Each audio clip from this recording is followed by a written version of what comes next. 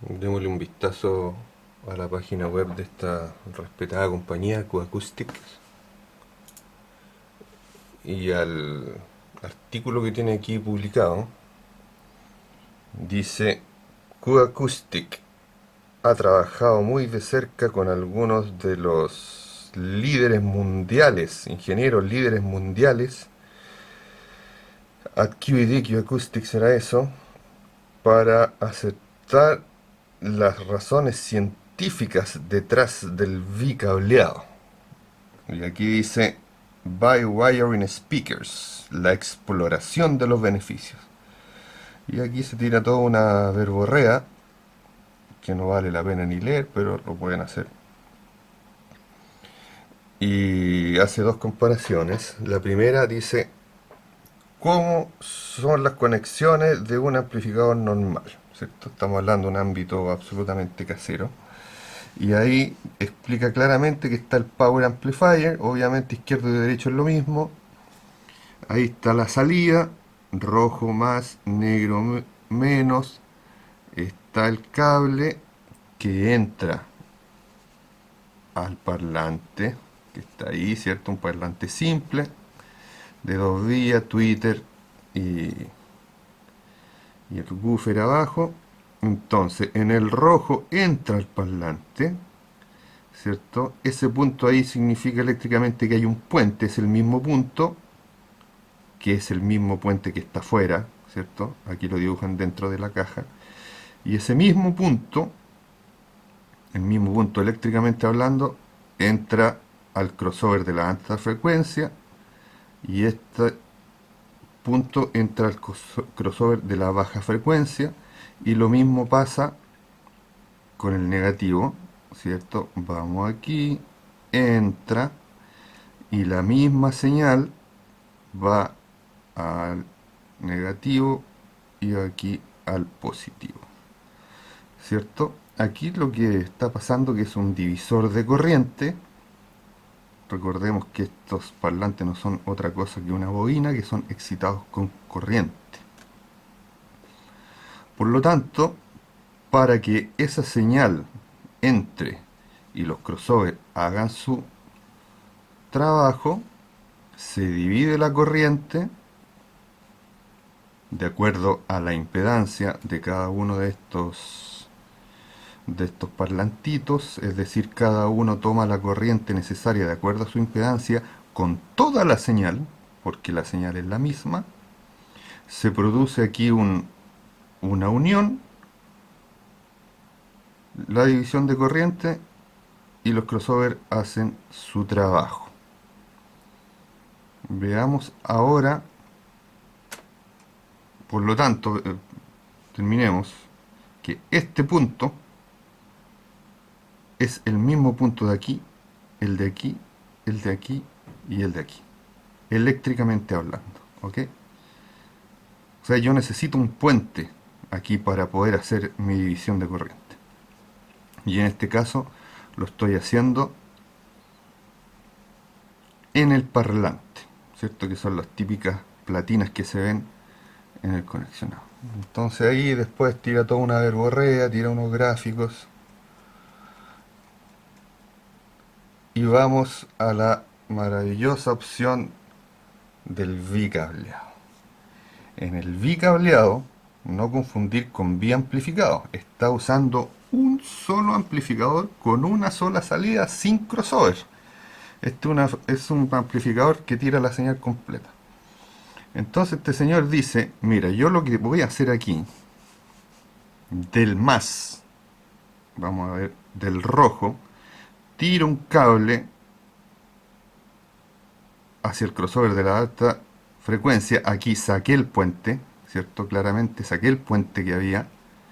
Entonces estos dos quedan liberados. Y tiro de ese mismo punto acá, el rojo acá, ¿cierto?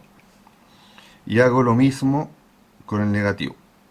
Voy con el negativo aquí, totalmente separado, y del mismo punto saco el negativo acá. Y de ahí salgo respectivamente a cada uno de los drivers. Si ustedes se fijan, después vamos a hacer un esquemita quizá más simple para entenderlo. Es absolutamente lo mismo que el esquema anterior, porque el puente, en vez de hacerlo aquí, lo estoy haciendo acá. Eléctricamente, este punto y este punto es el mismo, y con el negativo pasa absolutamente lo mismo. ¿Y eso para qué? Para generar mi división de corriente. Aquí lo que estoy haciendo es un divisor de corriente igual que el de arriba, simplemente que el puente, en vez de hacerlo aquí, lo estoy haciendo acá. Pero necesito que toda mi señal entre al crossover de alta frecuencia y toda la señal entra al crossover de baja frecuencia. Este filtra esa señal y pasa a la frecuencia correspondiente a su parlante. Ahora dice, bueno, ¿por qué a este tiene que irse más corriente, a este menos corriente? Son dos cosas diferentes. Una es la señal, ¿cierto? Y la otra es la cantidad de flujo de corriente que se está yendo a cada uno de ellos, y eso depende de la impedancia propia de cada uno de los parlantes. El Twitter no va a tomar más corriente de la que necesita por su propia impedancia, y lo mismo que el woofer. Si es triamplificado, la misma historia. Aquí lo que necesito hacer es generar un divisor de corriente para que los crossover eh, hagan su trabajo. En realidad esto no es dañino, pero tampoco aporta eléctricamente. Lo vamos a ver con una esquemita para explicarlo, que esta conexión es exactamente la misma que esta conexión eléctricamente hablando, y la única diferencia entre hacer el puente aquí y aquí es la distancia del cable. Bien, ahora que vimos, o sea, ya vimos la conexión física que muestra la página web, ahora hagamos un modelo más esquemático eléctrico de la conexión, ¿cierto? Tenemos una fuente de voltaje aquí, polarizada, con dos bobinas conectadas en paralelo, y aquí un divisor de corriente, ¿cierto? Entonces, ¿cuál es el objetivo? Vamos a poner aquí en cada una de estas ramas los crossover, aunque en esto, para estos efectos ya no importa, digamos que el crossover ya está haciendo su trabajo, pero en definitiva, pongámoslo ahí como un pequeño circuitito, una caja negra que me está filtrando las frecuencias. Entonces por aquí voy a circular una corriente del amplificador, ¿cierto? Mi corriente principal, y esta se va a dividir en dos, ¿cierto? Por eso se llama esto un divisor de corriente. Estas corrientes van a estar separadas proporcionalmente, ¿cierto? Esta corriente va a estar separada proporcionalmente de acuerdo a la impedancia de cada una de estas bobinas, que son las bobinas del parlante. Por lo tanto, no hay peligro. Obviamente el peligro es que nosotros aumentemos mucho el voltaje en este sector, ¿cierto? Entonces, como vimos, la conexión normal o la conexión doble es la misma. Lo que yo necesito es generar este divisor de corriente, y por lo tanto este punto y este punto son puntos comunes, es el mismo punto, y en el retorno, en el negativo, es lo mismo.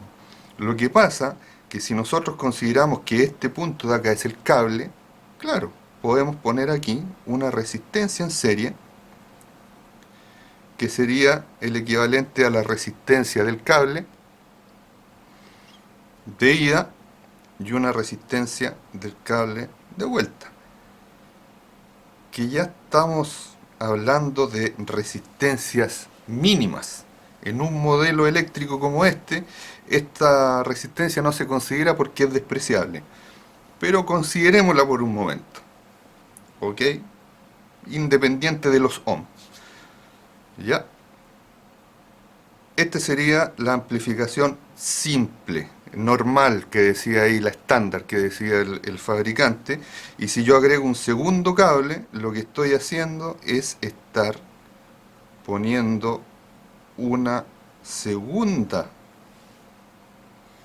resistencia en paralelo con la primera, ¿cierto?